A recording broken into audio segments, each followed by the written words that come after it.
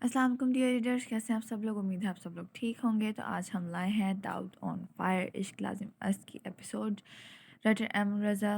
उसका लहक कर कहने पर महरविश को हंसी आई थी। और हाँ, मैं बच्चों के साथ आ रही हूँ, तुम्हें कोई एतराज़ तो नहीं? महरविश ने तशवीश से कहा। आओ आओ, 100 बार आओ, ये तो तुम ही बदीद हो जो मुझे भूल बैठी थी, वरना हम तो आपको दिलो जान से याद रखते हैं। वैसे आपस की बात है, शोहर से लड़कर आ रही हो ना? रिमशा के शरीर लहजे में कहने पर वो खिसिया कर रह गई, क्योंकि सच तो यही था। सही पहचाना आप, कोई अब क्यों ना बाकी बातें आकर कर ली जाएं। उसने तंज किया तो रिमशा दांत नकोसती रह गई। हाँ हाँ, मैं भी ज़रा तुम्हारे आने की तैयारी कर लूँ। उफ, मैं तुम्हारे शोहर की पतली हालत होते देखना चाहती हूँ। मेरे साथ की तो देख मैं क्या चाहती हूँ। उसने एक बार फिर महर की टांग खींचते फ़ोन फट से बंद किया था कि कहीं महर उसे खरी खरी ना सुना दे। और पीछे महर हंस कर रह गई थी। अब उसने सोच लिया था कि वो दाऊद को एहसास दिलाकर रहेगी कि उसकी और बच्चों की अहमियत दाऊद की ज़िंदगी में क्या थी, और उसके लिए उसे दाऊद से दूर जाना था। वो बच्चों का सामान पहले ही पैक कर चुकी थी और अब बच्चों का सामान गाड़ी में रखवाती वो बच्चों के स्कूल की तरफ चली गई थी, जहाँ से उसने बच्चों को पिक करते डायरेक्ट रिमशा के घर ही जाना था। दाऊद ऑफिस में बैठा अपने कल के रवैये के बारे में सोच रहा था। क्या उसे महरविश पर यूं गुस्सा करना चाहिए था, जबकि गलती उसकी खुद की थी? आखिर वो अपनी बीवी बच्चों की सालगिरह कैसे भूल सकता था? एक यही पूरा दिन तो होता था जो वो अपने बीवी बच्चों के साथ गुजारता, और कल उसने वो भी गंवा दिया था। लेकिन महर मेरी कोई बात सुने बगैर ही मुझ पर इल्ज़ाम लगा रही थी। जैसे मैं ऑफिस एंजॉय करने आता हूँ, उसे भी तो मेरी सिचुएशन समझनी चाहिए कि आजकल मेरे पर ऑफिस के काम का कितना बोझ है। उसने सर झटकते हुए सोचा। इस बात से अनजान कि हसीना उसे काम में उलझाए रखती है। आज मैं भी जाकर उससे बात नहीं करूँगा। रोज़ रात को तो कोशिश करता हूँ, मगर मैडम के नखरे ही ख़त्म नहीं होते। आज मैं भी देखता हूँ ये मुझे कैसे मनाती है। उसने मुँह बसूरते सोचा और काम की तरफ मतवज्जा हो गया। हसीना जो ग्लास विंडो से उसी को देख रही थी, दिल ही दिल में बोली, दाऊद, इस बार मैं अपने और तुम्हारे दरमियान किसी दूसरे को नहीं आने दूंगी। तुम्हारे और महर के दरमियान इतनी दूरियां पैदा कर दूंगी कि एलनकी के अलावा कोई चारा नहीं बचेगा। इस बार तो वो मेरे वार से बच गई, मगर अगले वार से उसका घर तोड़ने में मैं लम्हा नहीं लगाऊंगी। उसने शातिराना हंसी हंसते खुद से कहा। उसका ये शैतानी अमल महर की ज़िंदगी को तूफ़ानों की ज़िद में लाने वाला था, जिससे वो बेचारी अनजान थी। महर बच्चों को स्कूल से लेकर रिमशा के घर पहुंच चुकी थी। उसने बहुत अच्छा इस्तकबाल किया था महर और उसके बच्चों का। बच्चे आते ही उससे घुल मिल गए थे। रयान, आयान, जो खुद दाऊद से नाराज़ थे, रिमशा के घर आकर खुद को रिलैक्स फील कर रहे थे। बच्चे बाहर लॉन में खेल रहे थे, जबकि रिमशा और महर लाउंज में बैठी कॉफ़ी से लुत्फ़ अंदोज़ हो रही थीं। महर ने आते ही सारी कहानी रिमशा के गोश गुजार कर दी थी, जिसे वो दिलचस्पी से सुन रही थी। बच्चों की कारस्तानी पर तो उसका हंस हंस कर बुरा हाल हो गया था।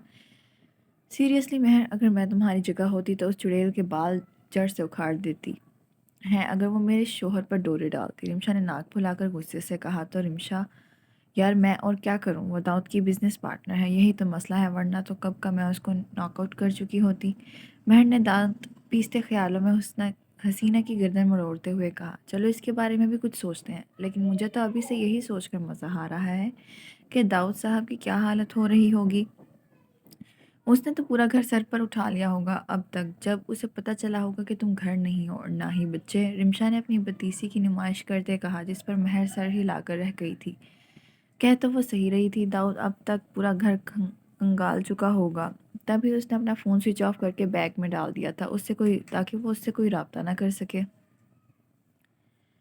शम्मस पुलिस स्टेशन से अच्छी तरह मार खाकर अब लंगड़ाते हुए घर आया था, जब ब्रह्मा ने उस पर तंज के तीर चलाए। आज किस लड़की से पीट कर आ रहे हो? Shut up, it's none of your business, Shammas चिंघाड़ते हुए बोला और लंगड़ाते हुए अपने कमरे में आया। महर, ये तुमने मेरे साथ अच्छा नहीं किया। उस 2 टके के बिजनेसमैन के लिए तुमने मुझसे पंगा लिया। शम्मस से आज कितनी करीब थी तुम मेरे, और मैं फिर भी तुम्हें महसूस ना कर सका। अगर वो गार्ड्स आज ना आते तो मैं तुम्हारे साथ अपनी गोल्डन नाइट स्पेंड कर रहा होता। शिट, उसने अपना हाथ दीवार पर मारते हुए कहा। कोई बात नहीं, बहुत जल्द तुम मेरे घर में मेरे बिस्तर पर मेरे साथ होगी, और फिर भूल कर भी दाऊद शाह का नाम नहीं लोगी, और तुम्हें याद रहेगा तो सिर्फ शम्मस। पहले तो तुम सिर्फ मेरी ख्वाहिश थी और अब सिद्ध बन चुकी हो, उसने जुनूनी होते हुए कहा। जिसने अब तक चैनल सब्सक्राइब नहीं किया, सब्सक्राइब कर दें, अच्छा सा कमेंट कर दें, एक लाइक कर दें, और चैनल अपने फ्रेंड्स के साथ शेयर भी कर दें। आज फिर घर पहुंचते पहुंचते दाऊद को 11 बज चुके थे। घर में हूँ का आलम था। वो सीधा आते ही अपने कमरे में घुसा। कमरे में भी खामोशी का राज देख उसे सख्त उलझन हुई। शायद महर आज फिर नाराज़गी के बायस बच्चों के कमरे में सो गई थी। सर झटकते वो फ्रेश होने वॉशरूम चला गया। ठंडे पानी ने उसके असाब पर पुरसकून कर दिए थे। वो ट्राउज़र शर्ट में फ्रेश सा बाहर निकला और बिस्तर पर नींद दराज हो गया। एक नज़र महर की खाली जगह को देखा और दूसरी तरफ करवट लेकर लेट गया। अभी 10 मिनट ही गुजरे थे कि वो झंझलाकर दूसरी तरफ रुख कर गया, जहाँ पर महर लेटा करती थी। कुछ देर वो उस जगह को घूरता रहा और फिर एक झटके से उठकर खड़ा हुआ और कमरे में इधर उधर चक्कर लगाने लगा। उसको पता भी है मुझे इसके बगैर नींद नहीं आती। वो फिर बच्चों के कमरे में सोने चली गई। उसने गुस्से से सोचा, उसने रात को मुझसे इतनी बदतमीज़ी की और ना सीधे मुंह मुझसे सुबह बात की।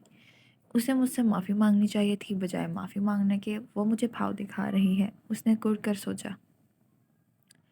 मैं भी उसे मनाने नहीं जाऊंगा, उसने ज़िद्दी अंदाज में खुद को समझाया। मगर दूसरे ही लम्हे वो बेचैनी से बच्चों के कमरे की तरफ जा रहा था। वो कब दूर रह सकता था महर से। ये कमीना दिल भी पता नहीं मुझसे क्या क्या करवाएगा, उसने अपने दिल को कोसते हुए कहा। और दिल के हाथों मजबूर होते बच्चों का कमरा आहिस्ता से खोला, मगर अंदर अंधेरे का राज था। उसने एक नज़र महर को देखना था, इसलिए कमरे की लाइट ऑन की, मगर खाली बेड और खाली कमरा देखकर उसका दिमाग भग से उड़ा था। वो गेस्ट रूम की तरफ गया, मगर वहाँ भी खाली पड़ा। उसका कमरा मुंह चढ़ा रहा था। ये सब कहाँ गए इतनी रात को, ये सोचकर ही उसके पसीने छूट रहे थे। महर बच्चों के पास बैठी उनके सर पर थपकी देती उन्हें सुला रही थी। रिमशा ने उसे कहा भी था कि वो अलग कमरे में सो जाए, मगर उसकी एक ही जिद थी। ये बच्चे कब उसे जान से ज़्यादा अजीज हो गए थे, उसे खुद भी पता न चला था। अब तो उनको देखकर जीती थी वो। दाऊद की वजह से उसे कई तकलीफ़ें मिली थी, मगर खुदा के बाद ये वाहिद ज़ात थी जिससे उसे किसी किस्म का लालच ना था, जो उसे सच में चाहते थे बगैर किसी मकसद के। उनको सुलाने के बाद महर की नज़र अपने बंद पड़े फ़ोन पर पड़ी थी और मुस्कुराहट उसके होंठों पर छिप दिखला गई थी। उसे सोचकर ही मज़ा आ रहा था कि दाऊद की क्या हालत हो रही होगी। वैसे तो वो दाऊद को एक शेड्यूल्ड ईमेल भेज चुकी थी ताकि मैसेज के ज़रिए वो उसे ट्रेस ना कर ले। अब पता लगेगा कि आपको दाऊद साहब तन्हाई कितनी बुरी चीज़ है और इंतज़ार कैसे जान निकालता है। उसने होंठ तिरछे करके मुस्कुराते हुए कहा और आराम से सोने के लिए लेट गई। अब यकीनन उसे मीठी नींद आने वाली थी। इतने दिनों से वो दाऊद का इंतज़ार करती जाग रही थी, पर अब बारी दाऊद की थी। नींदों का उड़ना किसे कहते हैं, ये दाऊद 2 घंटे में अच्छी तरह जान गया था। दाऊद की आंखें रत जगह के बायस सुर्ख हो गई थीं। सभी मुलाजिम कितार में सर झुकाए खड़े थे और दाऊद के कहर का शिकार हो रहे थे। ये कैसे हो सकता है कि किसी को भी पता ना हो कि बच्चे और महर कहाँ हैं? अगर वो घर से इतनी देर से गायब थे तो आप लोगों ने आकर मुझे इत्तला क्यों नहीं दी? किस चीज़ के पैसे देता हूँ मैं आप लोगों को? उसके धार से कितार में खड़े सब मुलाजिम थर थर काँप रहे थे। दाऊद, लेकिन इनमें इनकी क्या गलती है? वो खुद ही कहीं गई होगी। क्या उसे खुद तुम्हारी परेशानी का अंदाज़ा ना था जो तुम्हें यूं बताए बगैर चली गई? हसीना ने पूरी आग लगाने की कोशिश की थी, जिसे सुनकर दाऊद को और गुस्सा आया था। वो कब से घर नहीं आई? बेटा, वो बच्चों को लेने स्कूल गई थी और तब से वापस नहीं आई, जबकि ड्राइवर अकेला ही वापस आया था। उसके सर लहजे में पूछे जाने वाले सवाल पर बुआ हड़बड़ाकर रट्टू तोते की तरह बोली। और अब दाऊद की सुर्ख नज़रें खुद पर महसूस करते ड्राइवर को अपनी जान निकलती हुई महसूस हुई थी और वो कांपती टांगों समेत दाऊद के सामने आया था। उसे डर था कि दाऊद कोई चीज़ उसके सर में ना उठा मारे। एक दफ़ा पूछूंगा, महर कहाँ है? उसके ठठरते लहजे में पूछने पर ड्राइवर लड़खड़ाते हुए किचन की जानिब बढ़ा। सब हैरत से उसकी कारकर्दगी देख रहे थे, जबकि दाऊद भी अचनबे से उसी को देख रहा था। सबके मुंह हैरत से तो तब खुले जब ड्राइवर हाथों में ठंडी लस्सी का गिलास लिए दाऊद के सामने आया और उसे लस्सी पेश की। दाऊद ने उसे खा जाने वाली नज़रों से देखा तो वो साहब जी, मैडम ने कहा था कि अगर साहब मेरा पूछे तो उन्हें ये लस्सी का ठंडा ठार गिलास दे देना, ताकि उनका तपे हुए दिमाग और सीने दोनों में ही ठंड पड़ जाए। उसकी बात और महर का पैगाम सुन दाऊद को अपनी नसें फटती हुई महसूस हुई थी। क्या उसने दाऊद को इतना ही गया गुजरा समझ लिया था कि उसे खुद बताना भी ज़रूरी ना समझा था और बगैर बताए कहीं चली गई थी? अब वो उसको रात के इस पहर कहाँ ढूंढता? कितनी दफ़ा तो वो बाहर की खाक छान चुका था, मगर जहाँ पर भी महर के होने के इम्कानात थे वहाँ वो उसे नहीं मिली थी, ना ही बच्चे। क्या वो नहीं जानती थी कि शहर के हालात कैसे थे? चौंका तो वो तब जब महर की तरफ से उसे एक ईमेल मौसूल हुई। उसने फ़ौरन ईमेल खोली।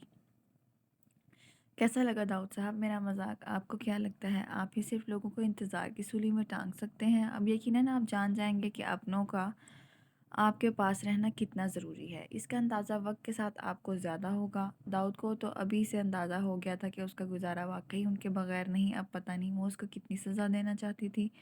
وہ جو اس سے ناراض ہو کر بیٹھا تھا، ناراضگی تو کہیں دور جا سوئی تھی۔ اس کی یاد تو ابھی سے داؤد پر حملہ آور ہو رہی تھی۔ جاؤ یہاں سے، داؤد کی آواز پر سبھی فوراً سے 9 2 11 ہو گئے تھے۔ داؤد تم بھی سو جاؤ، وہ تو پتہ نہیں کب آئے۔ تم کیوں اپنی نیند خراب کرتے ہو؟